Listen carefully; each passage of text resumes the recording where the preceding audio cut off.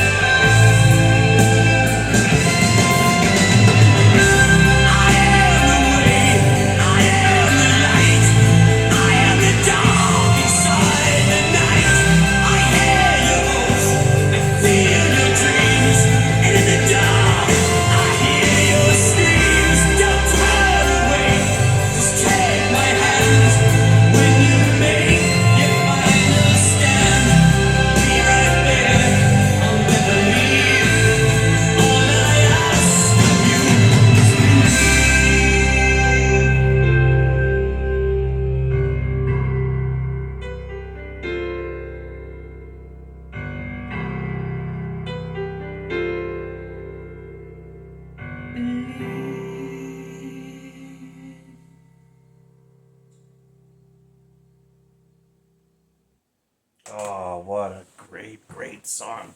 And it just goes to show that you don't have to play lightning fast and do all of the aggressive playing. It's compositional as well. And I think, like I said, that those palm muted arpeggiations as your harmony at the end were just a really good foundation for him to lay that solo over. And the solo was more about the pitch and the bends in the strings, creating the emotions rather than all the other things that he's well known for.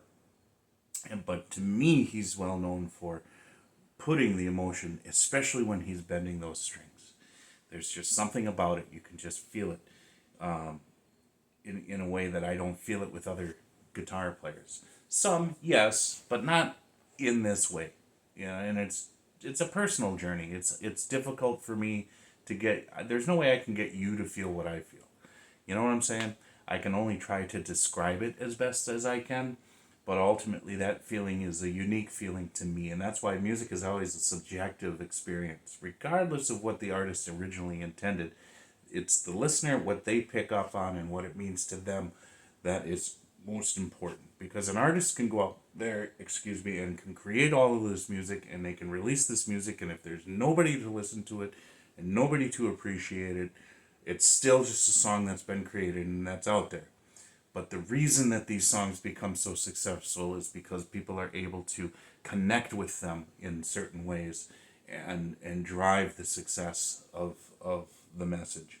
And that's, Chris has always had, he was raw, he was virtuosistic, he was often, sometimes he was refined, he was compositional, in how, especially with this one, was very much a compositional emotion, rather than just a spontaneous and display of skill.